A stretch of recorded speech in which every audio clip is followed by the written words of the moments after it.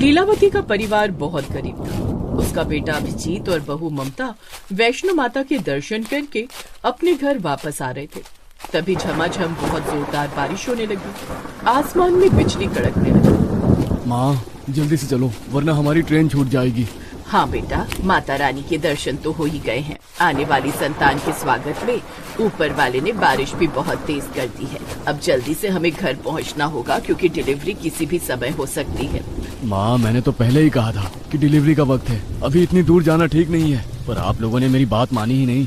बेटा, पंडित जी ने बताया था कि 8 महीने बाद ही बच्चा पूरी तरीके से माँ के पेट से बाहर आने के लिए तैयार हो जाता है और इस समय अगर माता रानी का आशीर्वाद मिल जाए तो सब कुछ ठीक हो जाता है। हो सकता है हमारी गरीबी भी कम हो जाए आने वाले बच्चे की वजह से। तो इस तरह से बातें करते करते वो लोग स्टेशन पहुँच गए। बारिश रुकने का नाम ही नहीं ले रही थी। ट्रेन 1 घंटा लेट थी। इसी वजह से उन लोगों ने 1 घंटा स्टेशन पर ही बिताया। 1 घंटे बाद ट्रेन आ गई। अम्मा जी, सामान उठाना है क्या? अरे नहीं भाई साहब, जब अपनी जिंदगी का भार हम लोग उठा रहे हैं तो ये सामान क्या चीज है। हमारी गरीबी से तो हल्का ही है ये सामान। वाह भाई साहब वाह, कितनी गहरी बात कर डाली आपने। खैर, अभिजीत ने सारा सामान उठाया और ट्रेन में बैठ गए। ट्रेन चलने लगी। काफी घंटे का सफर करने के बाद भी बारिश बंद नहीं हुई। माँ, मुझे लगता है कि हमें बारिश में ही अपने घर तक पहुँचना पड़ेगा। आसमान देखो कितना काला है। उन लोगों को बारिश में यात्रा करने में बहुत अच्छा लग रहा था, लेकिन उन्हें नहीं पता था कि रास्ते में उनके साथ कितनी ढेर सारी कठिनाइयां आने वाली हैं। तभी ट्रेन अचानक रास्ते में रुक गई। आरपीएफ वाले उनकी बोगी में आ गए। आप लोग इस बोगी से बाहर निकल जाइए। आगे थोड़ी दूर पर एक बहुत बड़ा ट्रेन हादसा हो गया है, जिस वजह से ये ट्रेन यहीं पर रोकी जा रही है। आप लोग यहीं आसपास होटल में रुक जाइए। अरे ऐसे कैसे भाई साहब, हमने पूरा टिकट लिया है, यात्रा तो पूरी कराइए। अरे बहन जी, अगर हम लोग ट्रेन चला देंगे और आगे कहीं हमारी ट्रेन का भी एक्सीडेंट हो गया इतनी तेज बारिश में तो क्या होगा? और क्या आप चाहती हैं कि इस ट्रेन में बैठे सभी लोगों की जान चली जाए? अरे माँ, भाई साहब बिल्कुल सही कह रहे हैं, कभी भी कोई बड़ा हादसा हो सकता है। सभी यात्री उस बोगी से बाहर निकलने लगे, लेकिन तभी अचानक ममता का पेट दर्द शुरू हो गया। माँ जी, मुझे लगता है कि वक्त आ गया है। बहुत जोर से पेट में दर्द हो रहा है। माँ जी कुछ कीजिए। बेटा, इस बोगी के अंदर तो ये लोग हमें रुकने नहीं देंगे। चल बाहर कोई जगह देखते हैं। वो लोग ममता को लेकर ट्रेन के बाहर निकल आए। माँ, अब क्या किया जाए? हमारे पास इतने पैसे भी नहीं बचे हैं कि किसी अस्पताल ले चले या फिर कोई होटल ले सके। सारे पैसे तो खत्म हो गए। तभी अचानक अभिजीत की नजर रेल की पटरी पर कहीं दूर पर पड़ी, जहाँ पर किसी बहुत पुरानी ट्रेन की बोगी खड़ी हुई दिख रही थी। कुछ लोग उसी डिब्बे के अंदर घुस रहे थे।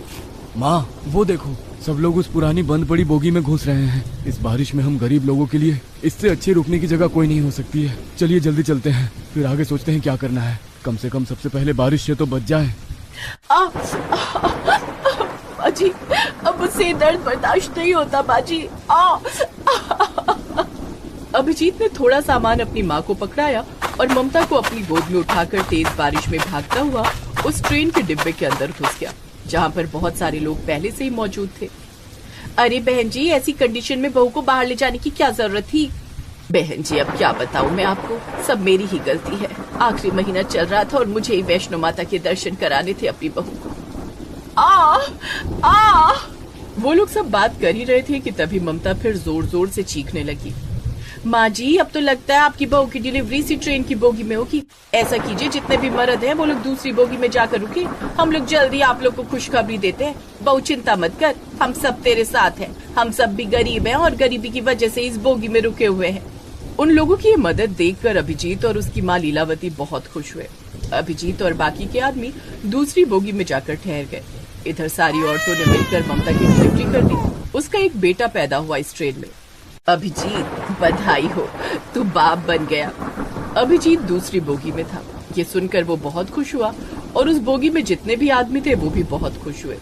क्या बात है भाई साहब, इस बारिश में हम सारे लोग बहुत परेशान थे। आगे किसी ट्रेन का एक्सीडेंट हो गया है जिससे बहुत सारे लोग डरे हुए थे, लेकिन आपने बाप बनकर एक छोटी सी खुशी हम सारे लोगों को दी है। चलिए चलकर देखते हैं। माँ, क्या हम लोग उस बोगी में आ सकते हैं? हाँ हाँ बिल्कुल। अभिजीत के साथ उस बोगी में जितने आदमी थे वो लोग भी अब उस बोगी में आ गए जहाँ पर ममता ने एक बच्चे को जन्म दिया था। अब आप लोगों को परेशान होने की कोई जरूरत नहीं है। मैं एक अस्पताल में नर्स का काम करती हूँ पिछले 20 सालों से। मेरे पास कुछ दवाइयाँ और इंजेक्शन भी हैं। मैं लगा देती हूँ बच्चे को। कुछ देर बाद अंधेरा होने लगा और माइक पर किसी ने ऐलान किया, यहाँ पर आसपास जितने भी यात्री रुके हुए हैं वो वहीं पर रुके रहें, क्योंकि बारिश की रफ्तार बढ़ती जा रही है। हमारे आर्मी के जवान आपके पास ही मौजूद है। अगर किसी को भी कोई तकलीफ होगी तो वो उन्हें बचा लेंगे। अब जब तक बारिश बंद नहीं हो जाती, आगे का रास्ता क्लियर नहीं हो जाता, आप सब लोग सुरक्षित रहें। आप सभी को खाना मिलता रहेगा सरकार की तरफ से। तो अब रात को उन लोगों ने उस बंद पड़ी पुरानी ट्रेन की बोगी को ही अपना घर बना लिया। जिनके पास जो भी कंबल और चादर थे, उनसे उन लोगों ने उस बोगी के अंदर ही बिस्तर बना लिया। 3 दिन बीत गए लेकिन अभी तक बारिश बंद नहीं हुई। ये तो अच्छा हुआ कि सरकार की तरफ से हमें खाना मिल रहा है और हमें मुफ्त में रहने की जगह भी मिल गई। माँ जी, सबसे अच्छी बात तो ये है कि हमें यहाँ पर इतने अच्छे अच्छे लोग मिल गए जिन्होंने हमारी मदद की, वरना इतनी तेज बारिश में बहुत कुछ गलत हो सकता था हमारे साथ। सब माता वैष्णो जी की कृपा है बहन जी। आप अपने होने वाले पोते के लिए ही माता वैष्णो के दरबार गई थी और उसके साथ ही कुछ गलत हो जाता, ऐसा तो हो ही नहीं सकता था। अब वो ट्रेन ही उस गरीब परिवार का घर बन चुका था। वहाँ पर जितने भी लोग थे सब एक परिवार की तरह रहने लगे। बहुत सारे लोगों ने मिलकर एक कठिन समय को भी कितना खुशनुमा बना दिया था।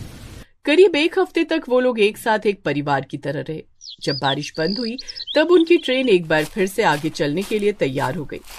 1 हफ्ते में ही हम सब एक परिवार की तरह रहने लगे थे। 1 हफ्ते पहले हम लोग एक दूसरे को जानते भी नहीं थे, पर अब बिछड़ते हुए बहुत बुरा लग रहा है। किसी ने क्या खूब कहा है कि आते जाते खूबसूरत आवारा सड़कों पे कितने अनजान लोग मिल जाते हैं, उनमें से कुछ लोग भूल जाते हैं, कुछ याद रह जाते हैं। जिंदगी के किसी न किसी मोड़ पर एक बार हम लोग फिर कभी मिलेंगे। तो इस तरह एक दूसरे से विदा लेकर सब लोग अपनी अपनी सीट पर बैठ गए। ट्रेन एक बार फिर से चल पड़ी। अभिजीत अपनी माँ, अपनी पत्नी और अपने नवजात बच्चे को लेकर जैसे ही अपने घर पहुंचा, वहां पर घर था ही नहीं। वहां चारों तरफ दलदल था। वो लोग हैरान हो गए।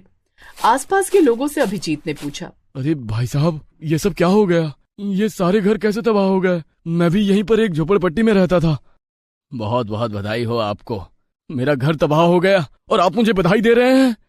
मैं बधाई इसलिए दे रहा हूँ क्योंकि आप लोग कम से कम जिंदा तो हैं। आप यहाँ से सही टाइम पर निकल गए थे, क्योंकि आपके जाने के बाद यहाँ पर इतनी खौफनाक बारिश और लैंडस्केप हुआ जिससे सारे घर तबाह हो गए। घरों में लोग चैन की नींद सो रहे थे, लेकिन सोते सोते ही वो लोग भगवान को प्यारे हो गए। ये लहरें उनकी जिंदगी अपने साथ बहा ले गई। ये सुनकर अभिजीत, ममता और लीलावती की रूह कांप गई। अभिजीत भी अपने परिवार के साथ स्टेशन के पास ही बनी झोपड़पट्टी में रहता था, पर अब वो भी नहीं रही। माँ, वो देखो, सामने एक बोगी खड़ी है। उसमें ही रहते हैं चलकर। वैसे भी हमें बोगी के अंदर रहने की आदत हो गई है और इस खराब मौसम में झोपड़ी बनाकर रहना ठीक नहीं है।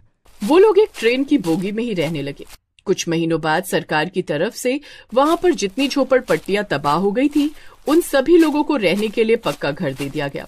सरकार ने जो कॉलोनी बनाई थी, उन्हीं कॉलोनी में अभिजीत के परिवार को वही सारे लोग एक बार फिर मिले जिन्होंने ममता की डिलीवरी में उनका साथ दिया था। हमने आप लोगों से कहा था ना कि एक बार हम लोग फिर से मिलेंगे, और देखो भगवान ने हमें हमेशा के लिए एक जगह ही मिलवा दिया।